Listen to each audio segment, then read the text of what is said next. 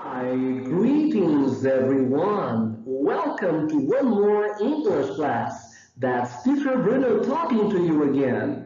Olá novamente, como estão todos vocês? Meus cumprimentos. Bem-vindos a mais uma aula de língua inglesa. Sejam muito bem-vindos. Lembram de mim? Aqui é o professor Bruno falando com cada um de vocês, galera. So, what about getting started? One more class? E aí, que tal começarmos mais uma aula? Let's go!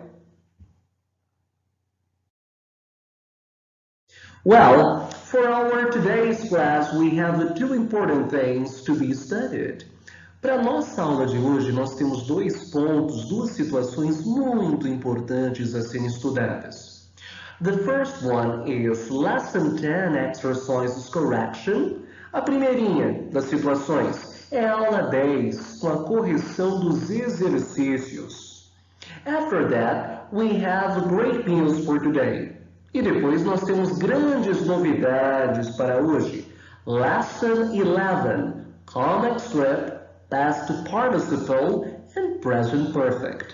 E nós temos a nossa lição nova, a lição 11, com o estudo de Comic Strip, que é a tirinha, Past Participle, particípio passado, e Present Perfect, presente perfeito. I promise, you will learn a lot. Eu prometo, vocês vão aprender de montão. So, let's go! Well, our first thing is about the correction of exercise 1, page 78. Então, a nossa primeira tarefa é corrigir as atividades do exercício 1, página 78. Lembram-se, nós estudamos o uso de used to, que é o costumava, ou didn't used to, não costumava. Na pergunta did, used to, para poder dar essa ideia de algo que se costumava ou não se costumava fazer no passado, coisas que nós tínhamos como hábito no passado e que hoje em dia nós não temos mais. No exercício A, completamos corretamente com used to wear, costumava usar, calçar, vestir.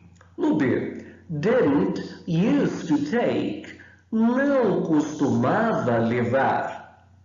Na letra C, completamos com uma pergunta. Lembram-se? Na pergunta começamos com did e depois used to have. Então, costumava ter, costumava possuir alguma coisa. Na letra D, did used to read. Uma pergunta sobre costumava ler e uma frase afirmativa com used to read, costumava ler. Então, aqui na pergunta e aqui na resposta afirmativa.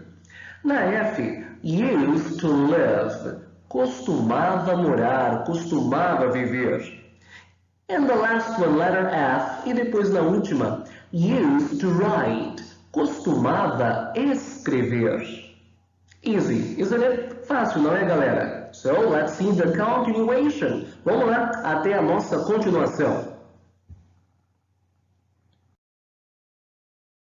Well, we are going to get started our discussion reflecting about Calvin and Hobbes. Nós vamos começar a nossa reflexão por estes dois grandes personagens de uma das tirinhas mais famosas, Calvin and Hobbes. Vamos nos lembrar bem sobre tirinha. Tirinha é esse gênero importantíssimo que nós encontramos em textos, que é uma forma de fazer alguma crítica, de estabelecer uma ironia super regado, super cheio de humor, bom humor. É criticar, é apontar, é refletir a respeito de algum acontecimento do dia a dia, um acontecimento do cotidiano, mas com um toque de humor.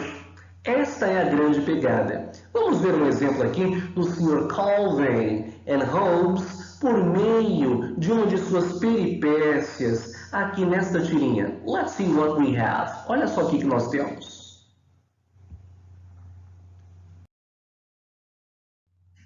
Well, in this comic strip, olha só o nome, comic strip, tirinha.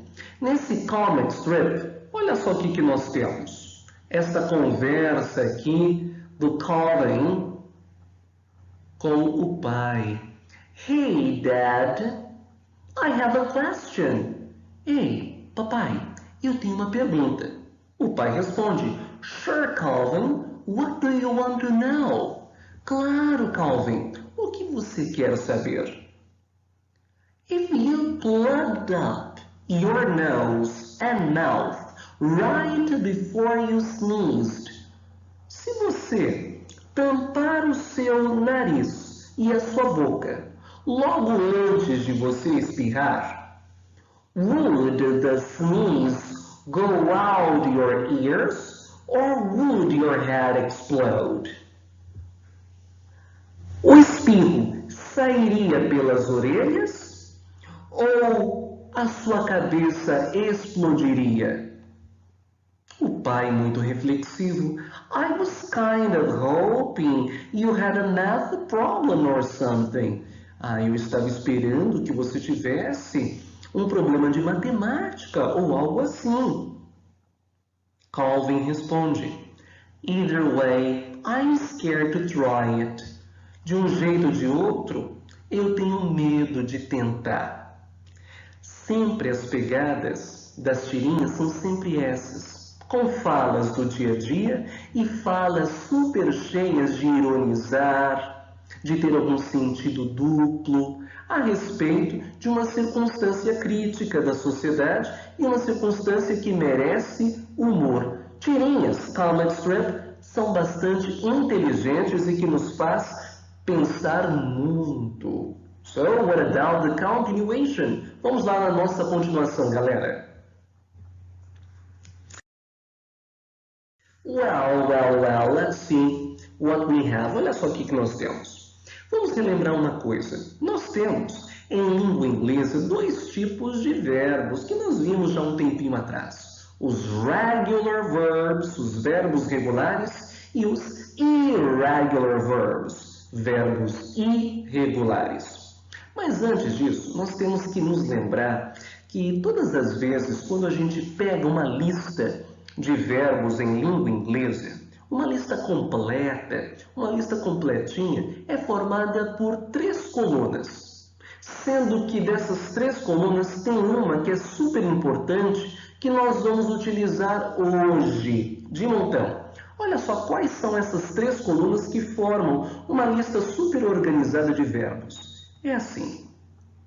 Quando olhamos para uma lista completinha, organizada de verbos, a primeira coluna é a coluna do verbo no presente. Segunda coluna, verbo no passado. E a terceira coluna é como esse verbo fica no particípio, chamado particípio passado, que é a palavra mais importante que nós vamos estudar hoje em nossa aula. Particípio, em língua portuguesa, é todo aquele verbo que na maioria das vezes termina em ado ou ido. Comprar, comprado, beber, bebido. Isto é na língua portuguesa. Na língua inglesa, acontece isso um pouco, mas a nossa tradução acaba sendo sempre essa, terminando em ado ou ido. Na língua inglesa é muito tranquilo de identificar. Esses verbos aí, chamados verbos no particípio, são aqueles que ficam aqui na terceira coluna. E trabalhamos assim com eles. Olha só que simples. Eu tenho aqui a palavra accept, que é aceitar.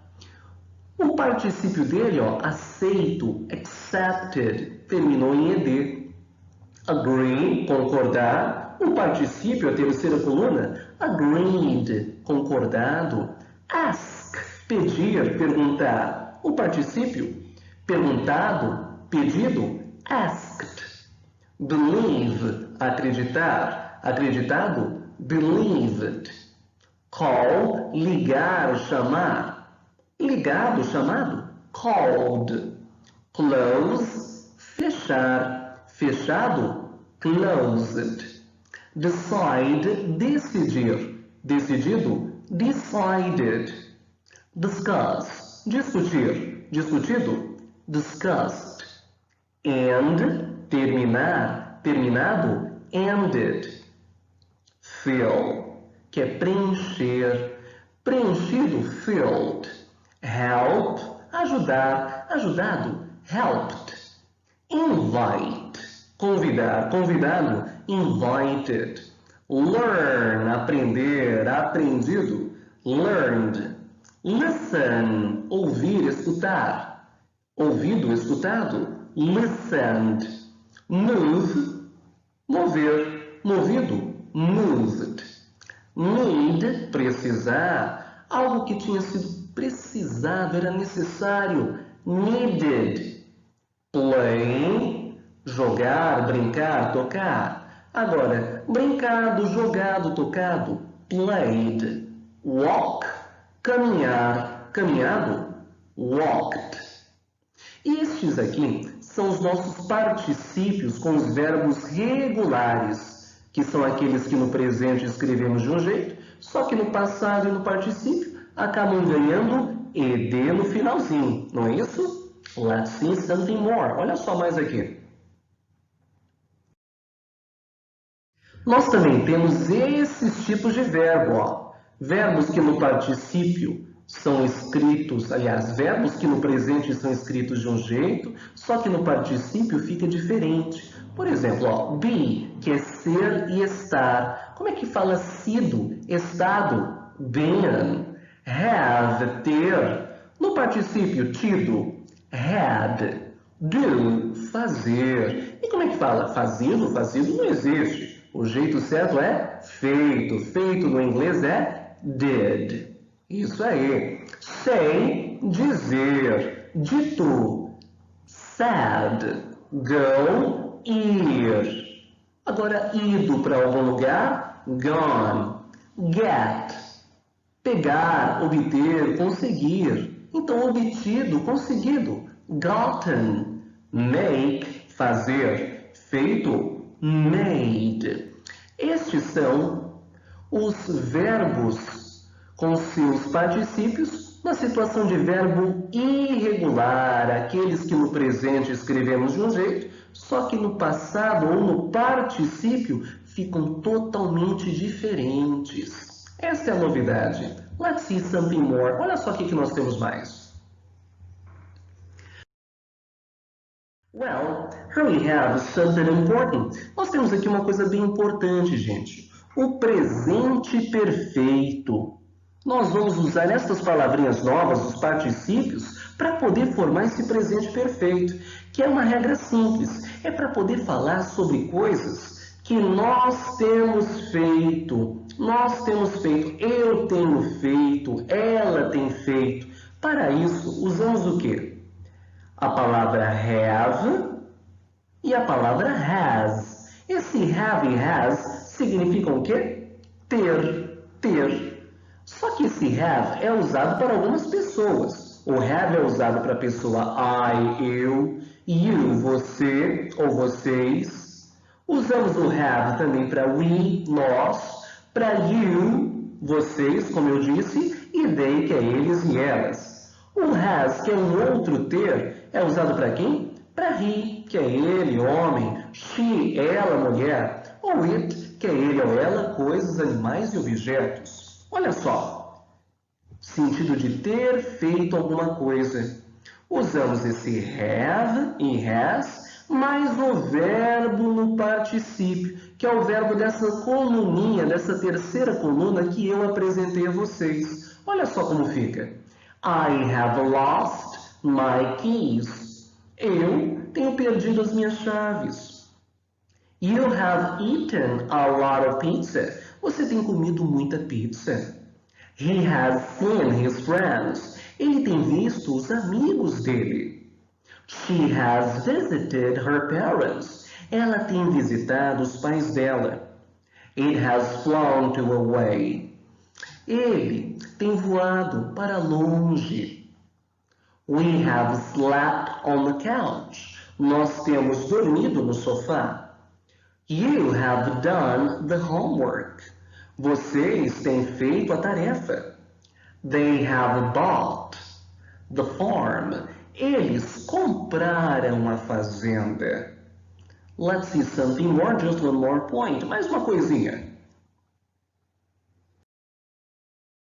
E a forma negativa disso, pessoal, é simples. Como dizer se não ter feito alguma coisa? Simples. Usamos o sujeito, a palavra have mais o not, ou has mais o not, ou se misturar, haven't ou hasn't, mais o particípio, que é a terceira coluna. Por exemplo, I haven't listened to the news. Eu não tenho ouvido as notícias. It hasn't rained in 10 days. Não tem chovido há 10 dias. They haven't cleaned the house. Eles não têm limpado a casa. Agora, com verbos irregulares, aqueles que ficam diferentes, não é? We haven't met before. Nós não nos vimos antes. She hasn't seen the movie. Ela não tem visto o filme. The puppy hasn't eaten today. O filhote de cachorro não tem comido hoje ou não comeu hoje.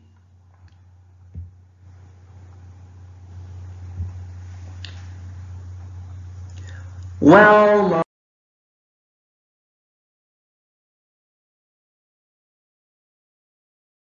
my friends, that's the end of one more class. Aí chega o finalzinho de mais uma aula. I hope you have enjoyed a lot. Espero que tenham gostado, as well as you learn a lot, assim como aprendido bastante também. All the best for you, my dear friends. Tudo de bom a vocês, meus queridos amigos. And see you there. E até lá. Bye bye.